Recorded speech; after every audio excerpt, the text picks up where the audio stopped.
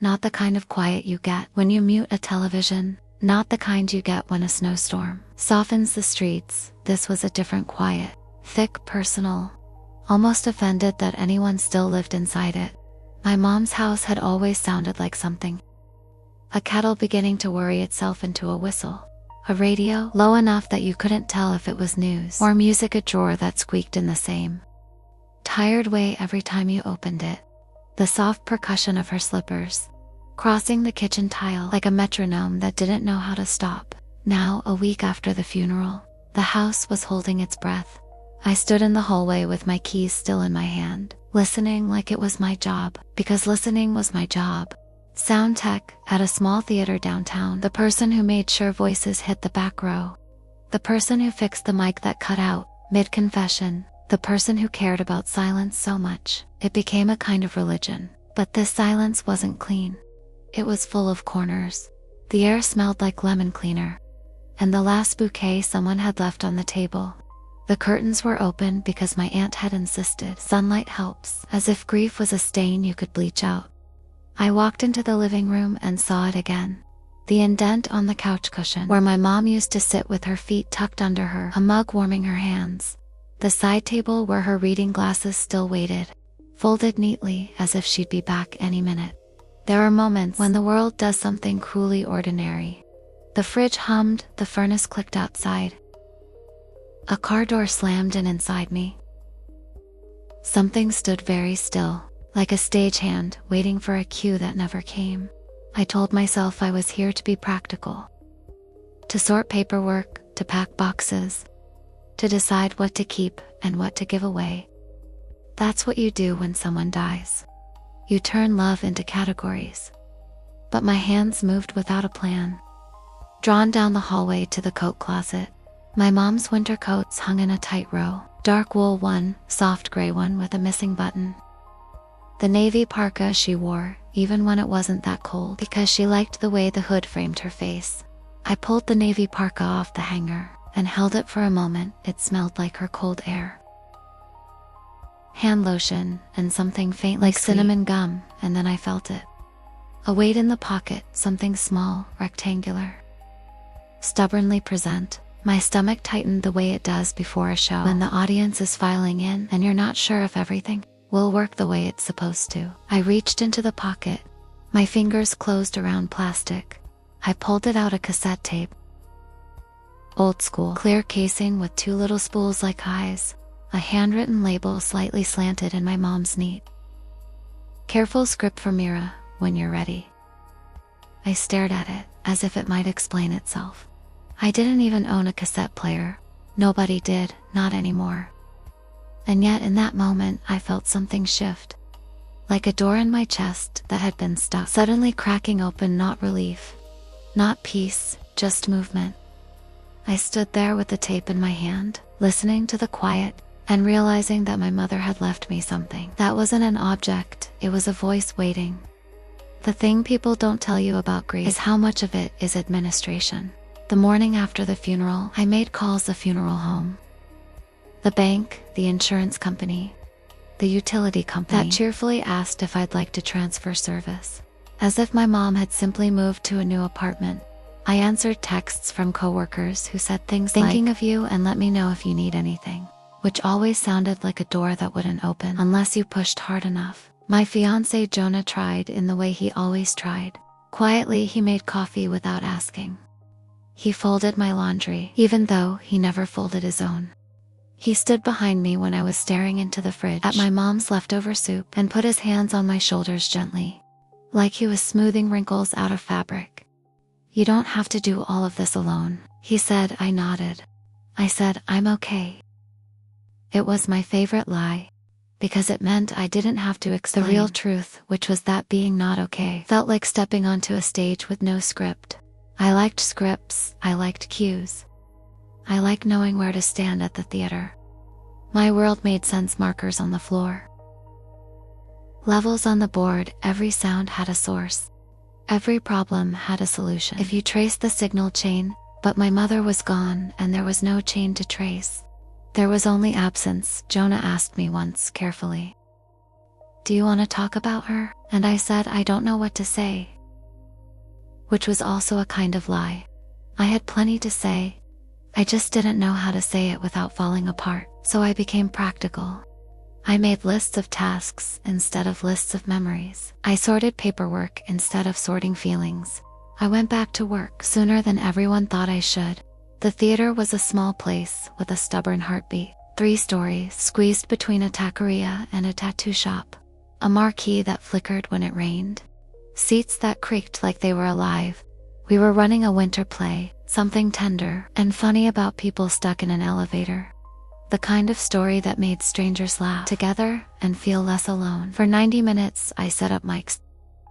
I checked batteries, I taped down cables. And in the dark booth at the back of the house, I watched actors pretend to be trapped while I felt trapped in a different way. Inside my own carefulness, after rehearsal, my friend Celeste, the stage manager, caught me as I was packing up.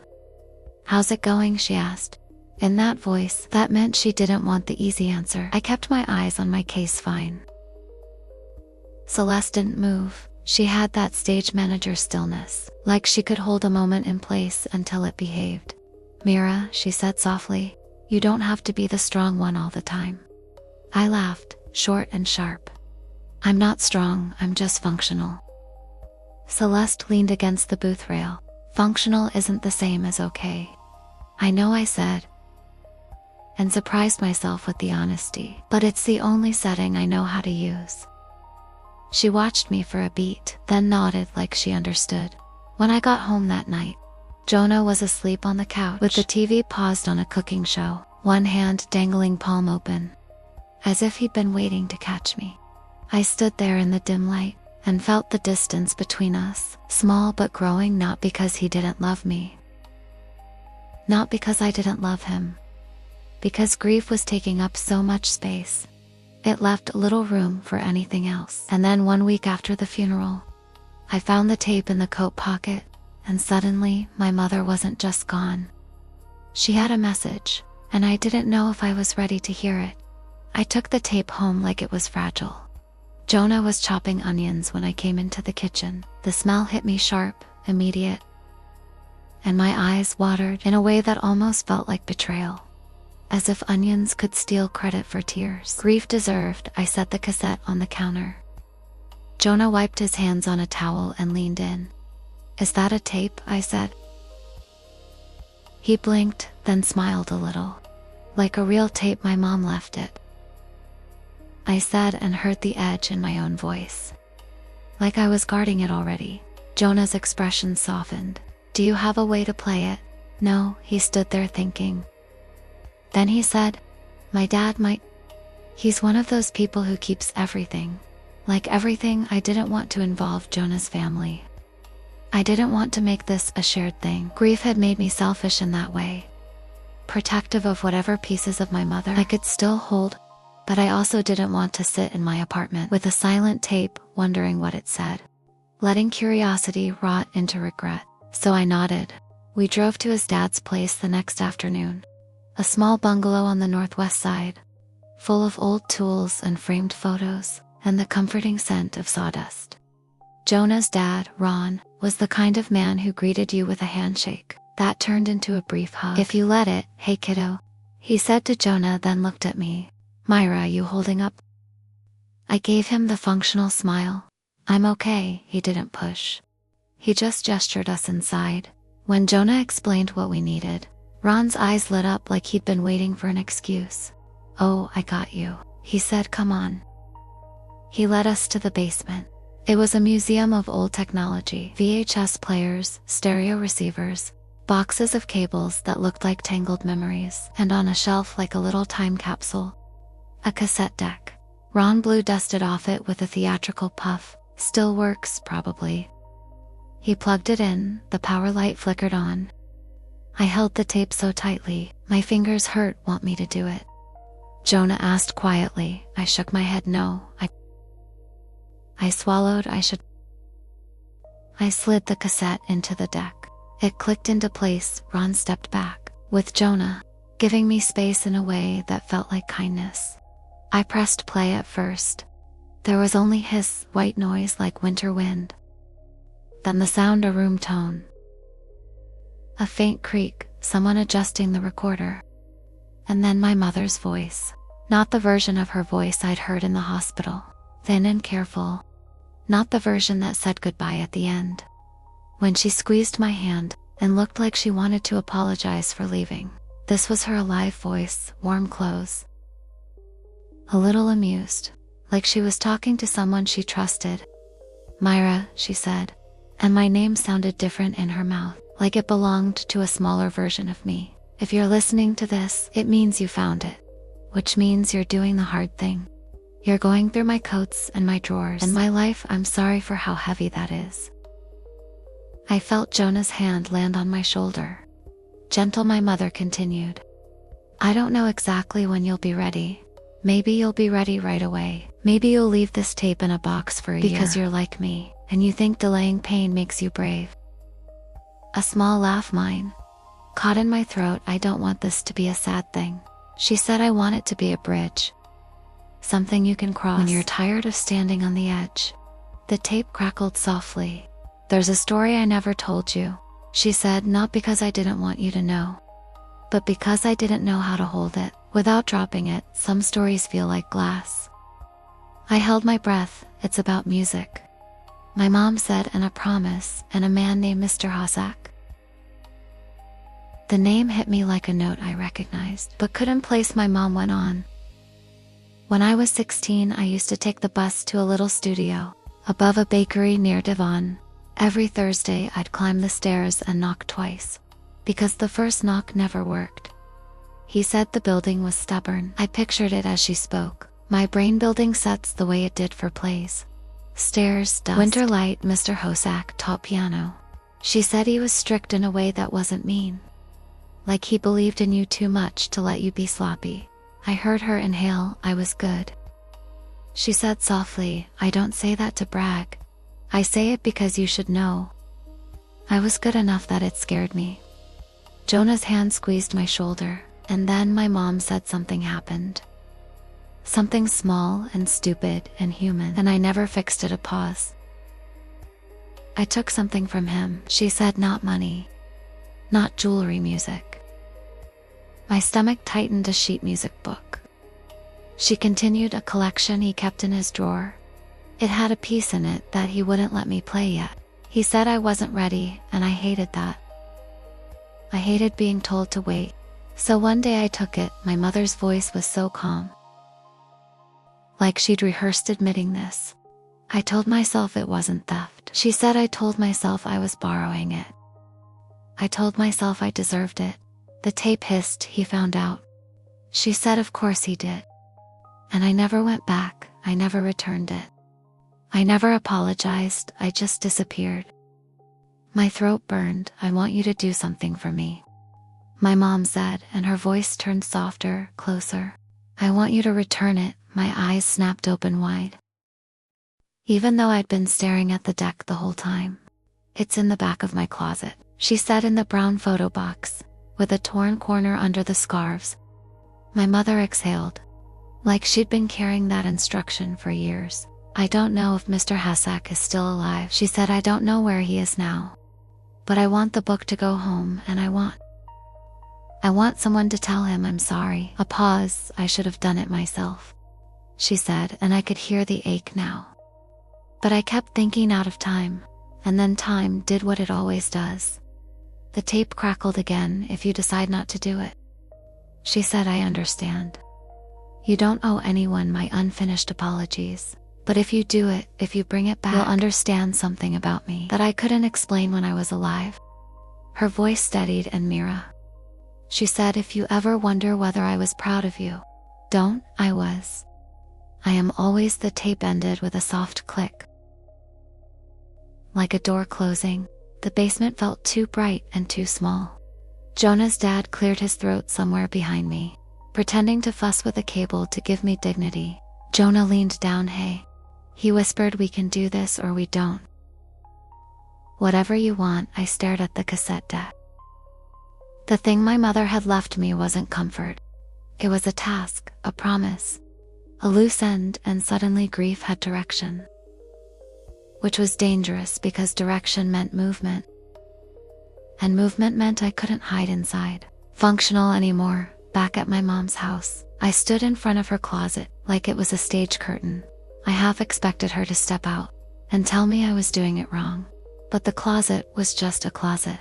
Coats, scarves, boxers stacked with the particular logic of someone who planned to eventually reorganize, but never did.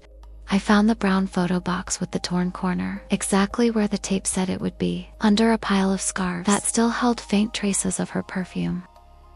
Inside the box were photos. My mom in high school with hair that was too big, smiling like she believed the world would make space for her. My mom holding me as a baby, eyes tired but soft. My mom and someone I didn't recognize, standing in front of a piano, both laughing. Under the photos was the book. A worn collection of sheet music. Edges frayed, the cover faded. Someone's name was stamped inside on the first page. Hasek J. I ran my thumb over the stamp. This book had been waiting for decades. I sat on the floor of the closet and felt something twist in my chest.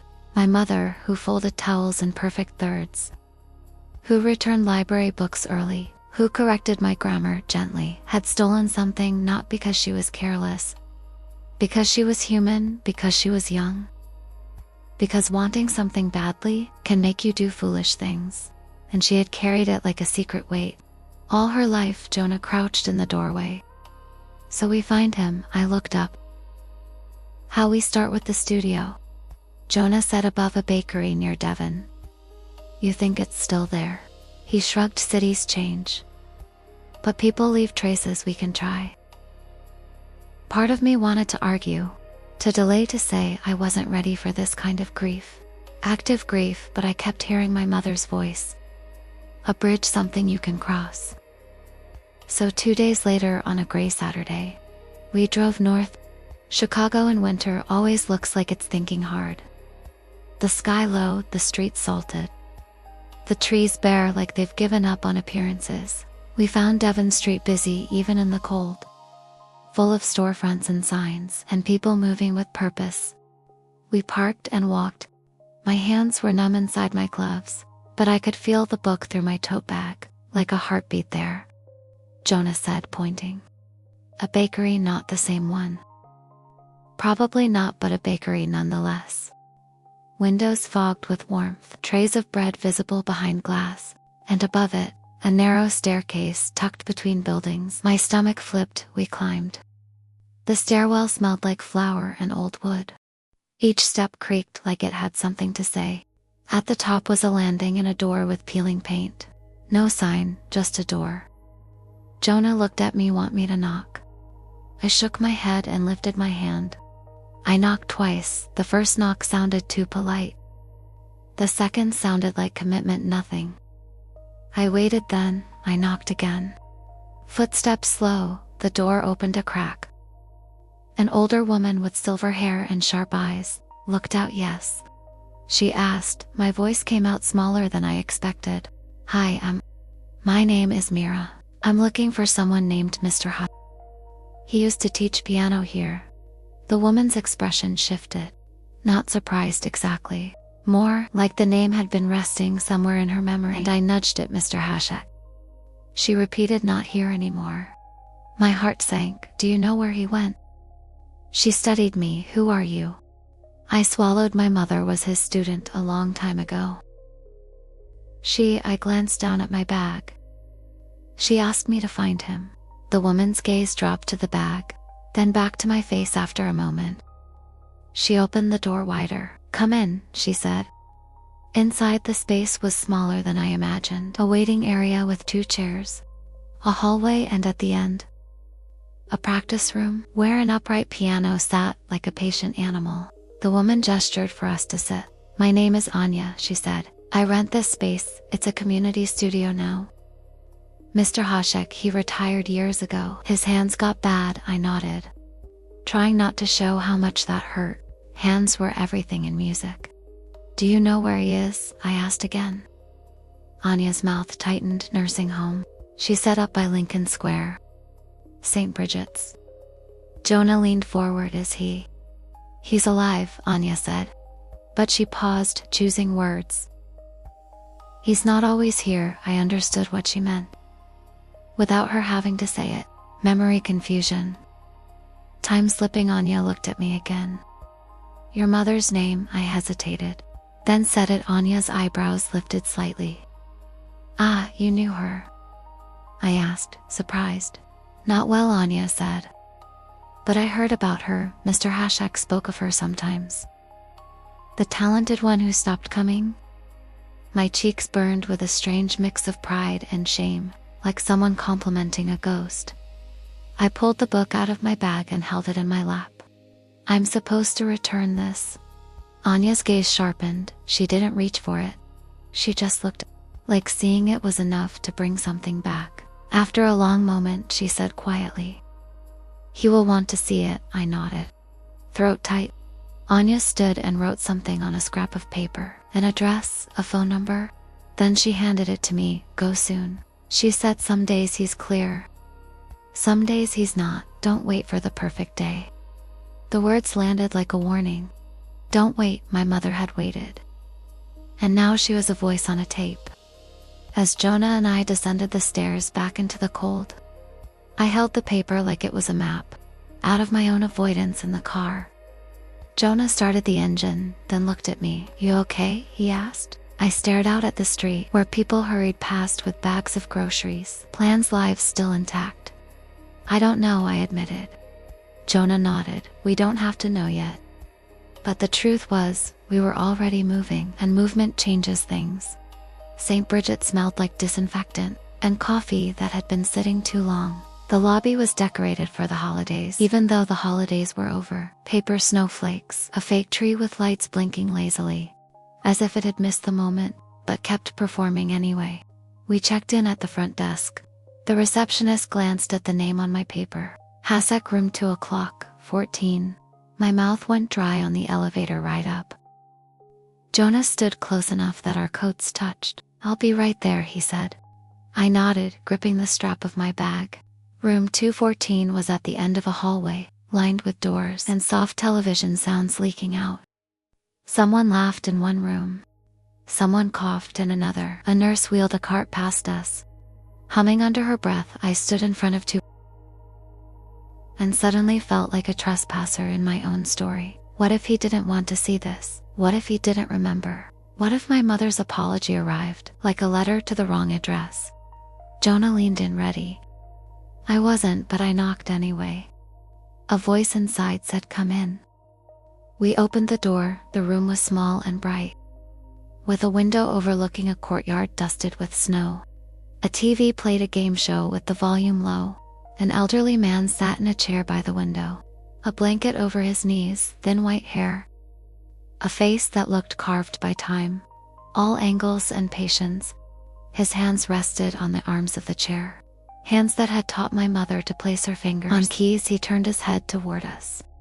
His eyes were sharp. Hello, he said. My throat tightened. Hi, Mr. Hasek.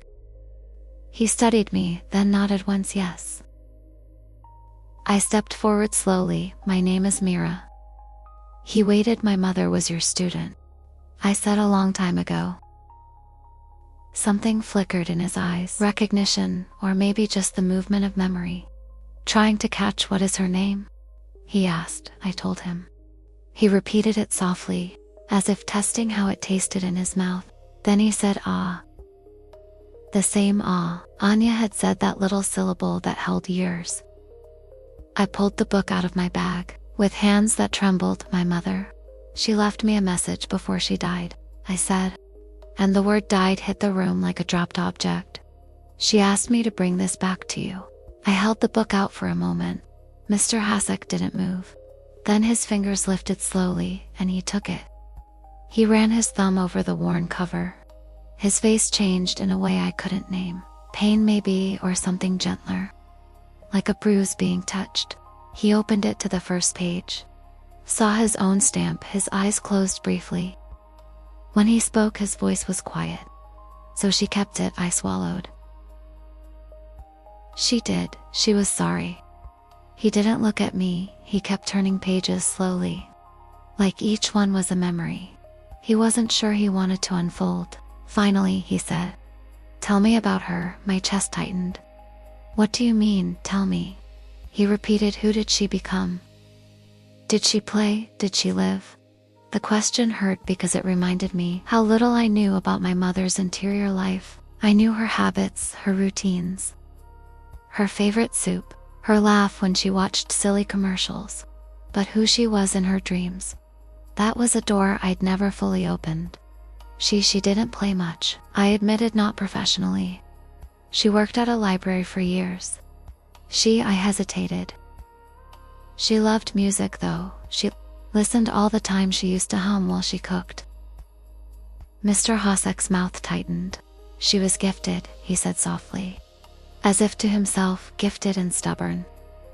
I nodded, tears burning behind my eyes. He looked up at me then, really looked. She stopped coming, he said. I wondered why. I thought perhaps she hated me. My heart clenched. She didn't. I inhaled. She was ashamed. Mr. Hoshak stared at the book again. I was hard on her, he said. But I was hard because I saw something. A kind of fire, and she wanted to run before it burned her. His voice grew distant. She took that book because she wanted the peace inside, the one she wasn't ready for. I blinked. What peace? He flipped through pages with surprising certainty and stopped. Then he turned the book toward me. A page of music notes, like tiny footsteps, across lines. At the top, Winter Light. My breath caught because I'd seen that title before. Not on sheet music, on a scrap of paper in my mom's kitchen drawer. Years ago, a little list she'd written. Soup ingredients, library due dates, Winter Light. I thought it was a poem, or a reminder, or nothing. But it had been music. Jonah shifted beside me quietly. Present. Mr. Hasek tapped the page with one finger. She begged to play it, he said. I said no. Not yet, she cried.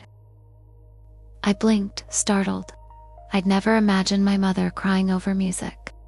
My mother cried privately in bathrooms, in cars, in the silent seconds between tasks. Not in front of teachers. Mr. Hasek's eyes softened. I told her, he said, that if she played it too soon, she would turn it into a performance. She would chase beauty instead of earning it. He looked out the window and she hated me for that. He said so she stole it and left. I could barely breathe. I didn't know. I whispered no. He said, of course you didn't. Silence settled between us, not empty, heavy with the weight of years. Finally, Mr. Hoshek looked back at me. Do you play? He asked. I shook my head. Not really. I mean, I took lessons as a kid. But I stopped. He nodded, as if that made sense, as if it fit some pattern he'd seen before. What do you do? He asked. I work in theater, I said. Sound. His eyebrows lifted slightly. Sound, he repeated, like he was tasting the word. Yes. I said, I make sure people can hear. A pause. Mr. Hasek looked down at his hands. You understand, he said quietly, that sometimes the thing we love becomes the thing we're afraid of.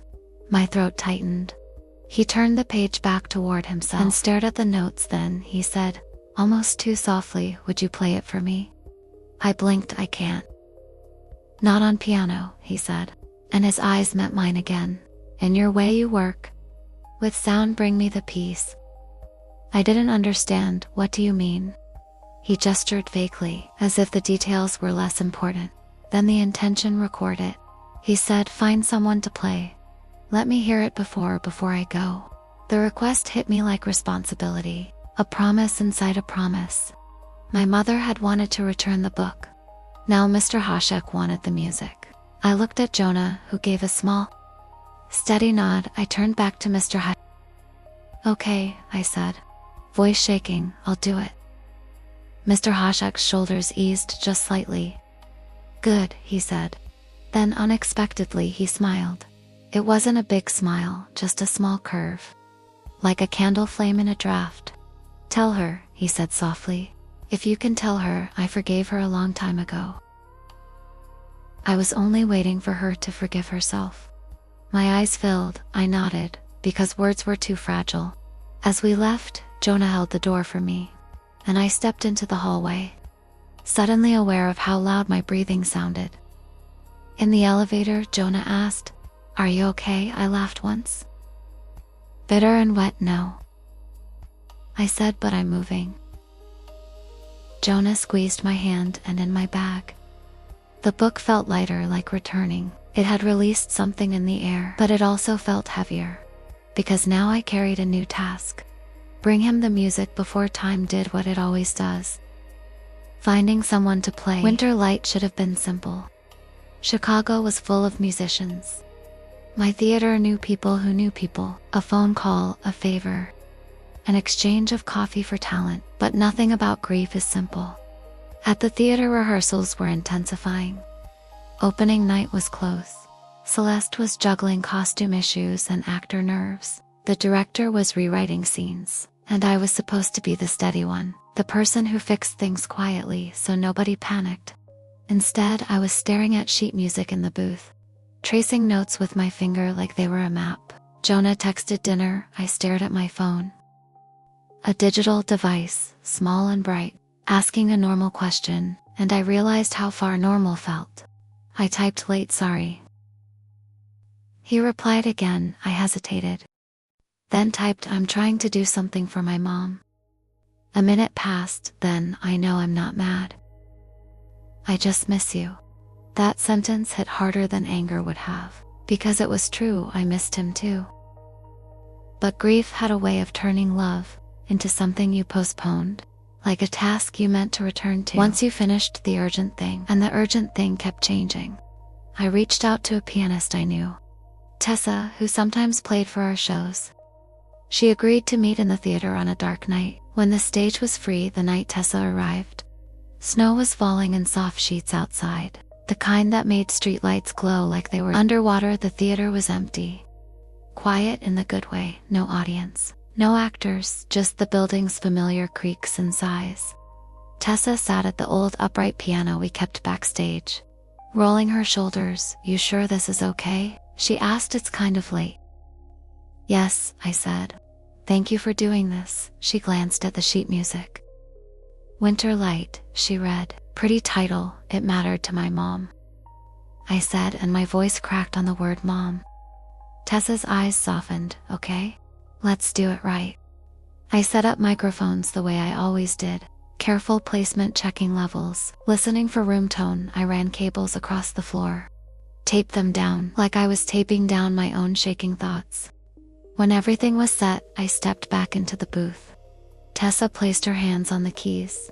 For a moment, she just sat there breathing. Then she played. The first notes were quiet. Simple, almost hesitant, like someone stepping into a cold lake, 1 inch at a time. Then the melody unfolded. It wasn't flashy, it wasn't trying to impress. It was honest, a line of sound that felt like winter. Sunlight on a kitchen floor, pale, brief, but real. I closed my eyes, and suddenly I could see my mother at 16, climbing the stairs above a bakery, heart hammering, hungry for music like it was oxygen. I could see her stealing the book, not out of malice, but out of desperate wanting. And I could see her years later humming while cooking, carrying the melody in her throat because she'd never let herself play it out loud. Tears slipped down my face. Silent in the booth, the meters moved gently, green and steady. The piece grew more complex in the middle, harmonies like layered memories, a tension that didn't explode but held like a question. Then it softened again, returning to the simple theme like coming home. When Tessa played the final note, the sound hung in the air for a moment before dissolving into the theater's quiet. I didn't move. Tessa looked up at the booth. You okay? I pressed the talkback button with a hand that trembled. Yes. I lied automatically, then stopped. No, but thank you. Tessa nodded, understanding, without needing details. I saved the recording on a small drive and labeled it carefully Winter Light. Take 1 then, I added after pause for Hasek. After Tessa left, I sat alone in the booth for a long time. Outside the snow kept falling, Inside, I listened to the room tone. Faint hum, distant traffic, the building's bones settling, and I thought about how sound is always temporary. Even the best note disappears the moment it's born. All you can do is let it exist while it can. Jonah called while I was packing up. I stared at the ringing phone. Then I answered, "Hey," I said, trying to sound normal. "Hey," Jonah replied. His voice was warm but tired. "Where are you?" "The theater." I admitted, recording something. Silence for a beat. "For your mom?" He said, not a question. "Yes," Jonah exhaled. "I'm proud of you." The words made my throat tighten. And he added gently, "I miss you." "I know," I said. Voice small, "I'm sorry." He didn't say it's okay. He didn't say stop apologizing. He just said come home when you can. Which was somehow worse because it was patient. And patience can feel like pressure. When you're afraid you'll run out of time. "I will," I promised. And then, because promises were everywhere now, I meant it. We brought the recording to St. Bridget's. 2 days later, Mr. Hossack was sitting by the window again. Blanket over his knees, but his eyes were different. Clouded, he looked up when we entered. But his expression didn't sharpen with recognition the way it had before. My heart sank. "Mr. Hossack," I said softly. "It's Mira." He blinked slow. "Mira," he repeated, like the name was a coat he couldn't quite remember wearing. I sat in the chair beside him and pulled out my phone. Not to make this about technology, but because it was the only way to carry sound now. I had the recording queued. Volume low. "I brought you the piece," I said. He stared at my hands. Jonah stood behind me, a steady presence. Mr. Hossack frowned slightly. "What piece?" he asked. Grief shifted in my chest like a rearranged organ. "I swallowed Winter Light," I said. "From your book." Something flickered. "Faint winter," he murmured. I pressed play at first. There was only the soft sound of the recording room tone, the piano's breath. Then the first notes. Mr. Hossack's face changed. It wasn't dramatic, it was subtle. His shoulders easing, his jaw unclenched, his eyes focusing on something far away. As the melody unfolded, he stopped frowning. His gaze drifted toward the window, toward the snow. His fingers twitched lightly on the chair arm. As if remembering keys, I watched him, barely breathing. Halfway through the piece, he whispered something. I leaned closer. What? His voice was thin. "She," he said. "She," I prompted gently. He blinked slowly. "My student," he murmured. "The one who wanted to play it." My throat tightened. "Yes," I whispered. "That was my mom." Mr. Hossack's eyes glistened, and for a moment he looked so old and hurt. The music continued steady. When the harmony thickened, he inhaled sharply, like the sound had touched a bruise. Then, as the piece softened again, his face relaxed, and when the final note faded, he exhaled a long, trembling breath. He turned his head toward me, and for a moment his eyes were clear. He looked directly at me, and it felt like standing in a spotlight. "She came back," he said. Not a question, not exactly. More like a conclusion his heart made, even if his mind couldn't hold the details in a way. I whispered. He nodded once. "Satisfied then," he said very quietly. "Tell her." "Good." I swallowed hard. "Okay," I said, tears spilling. "Now I will." His eyes drifted closed. A nurse appeared in the doorway, watching with the gentle alertness of someone used to witnessing fragile moments. Jonah touched my shoulder. "Mira," he whispered. "Maybe let him rest." I nodded, wiping my face quickly as Jonah and I stood to leave. Mr. Hossack's eyes opened again. Briefly he looked past me toward the corner of the room, as if someone stood there, and he smiled. It was the same small candle flame smile as before. Then his eyes closed again. We left quietly, walking down the hallway, with a softness that felt like reverence. In the elevator, Jonah didn't speak, neither did I, because the turning point wasn't a dramatic reveal. It was a quiet truth settling into place. My mother had been carrying a promise for years. and I had carried it for her, just long enough for it to land. Not perfectly, not in time for a full conversation, but in time for final listen. Sometimes that's all life gives you. Not closure, a note fading. A week later, Celeste found me in the booth, staring at the soundboard like it had betrayed me. "What's up?" she asked. I blinked. "Huh? You've been elsewhere," she said carefully. "Even for you," I swallowed. "Mr. Hasek died." Celeste's face softened. "Oh, Mira." I nodded, staring at the face. "I got him the music before." But still, Celeste reached across the board and placed her hand over mine briefly. "You did something good," she said. I didn't know how to hold that, because the thing about doing something good is it doesn't undo what's gone. It just adds a little warmth to the cold. Opening night came, the theater filled with people, shaking snow off their coats, laughing, finding their seats. The lobby smelled like wet wool and cheap wine. Backstage, actors warmed up, their voices rising and falling like birds in a cage. And in the booth, I did my job. I checked levels, I watched the stage through the glass. I listened. The play was about people trapped in an elevator, forced to talk instead of scroll, forced to admit things they'd been avoiding. The audience laughed in the right places. They felt quiet in the right places. I watched their faces glow in the stage light, and I thought about how theaters are like temporary families. You gather strangers in a room and ask them to feel together. Then you send them back out into the world. Slightly altered after the show, Jonah met me in the lobby. He looked handsome in a way that made my heart ache, because I'd been so distant. I hadn't let myself notice. "You were amazing," he said. I scoffed softly. I moved sliders. "You made them heard," he said. "Serious, that matters." We walked out into the cold together. Snow had stopped, leaving the city quiet and bright under streetlights. Jonah tucked his arm around me as we walked, and I leaned into him, like someone relearning how to be held at home. I didn't go straight to chores. I didn't check emails. I didn't pretend everything was fine. I sat on the couch and pulled out the cassette tape. Again, Jonah watched me. "Wanna listen again?" I shook my head. "Not tonight," he nodded. I stared at the tape, a voice trapped in plastic, a message waiting a bridge.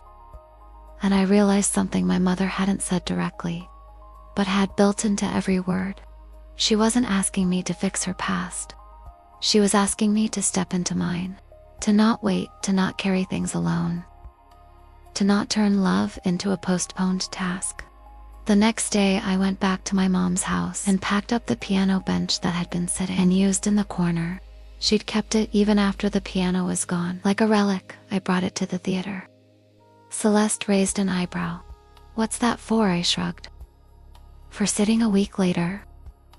During a dark afternoon when the stage was empty, I sat the bench beneath the warm work lights and placed the sheet music book on it. I didn't know why. Maybe I wanted the theater to hold it, to keep the story somewhere alive. I called Anya and told her Mr. Hasek had passed. There was silence on the line. Then she said softly, "Thank you for bringing him the music." "I didn't play it," I said. "But you made it happen," she replied. "That is also music." After we hung up, I sat on the stage alone and listened to the building. A theater after hours has a particular sound, the distant hiss of the heating system, the occasional creak, the faint echo of voices that aren't there anymore. And I thought about my mother, about the girl she'd been, about the woman she'd become, about how she'd loved me in practical ways, by cooking, by organizing, by showing up, and how she'd loved me in quieter ways, by leaving me a tape, a bridge, an unfinished apology that became a lesson. Bittersweet isn't just sadness mixed with sweetness. It's the understanding that you can't get everything you want. You can't rewind life and make people stay, but you can carry a song forward. You can return what was taken. You can let someone hear something beautiful before they go, and you can, if you're brave, stop waiting for the perfect moment to say what matters. That night, Jonah and I ate dinner at the table. Instead of on the couch, we talked not about tasks, not about schedules, about my mom, about Mr. Hasek, about the way winter light sounded like a memory learning to forgive itself. Jonah reached across the table and took my hand. "I'm here," he said simply. And for the first time in weeks, I let myself believe him without flinching. Later in bed, I stared at the ceiling and listened to the city outside, distant traffic, a siren far away, someone laughing on the sidewalk. Chicago didn't stop for grief. It kept humming, and in that hum, I felt my mother's absence, like a missing instrument in an orchestra, noticeable, painful, but not the end of the music. The next time I went to the theater, I brought the recording of Winter Light on a drive. I uploaded it to the sound system, just in case. Just in case there was a day when the stage was empty and someone needed to hear a song that once lived in a stolen book. Just in case I needed it, because sound disappears, but it also lingers in rooms. It embodies in the way you step into a quiet house and swear you can still hear someone moving in the kitchen. Sometimes love is like that. Not loud, not permanent, but real enough to leave an echo. And sometimes the echo is what you learn to live with.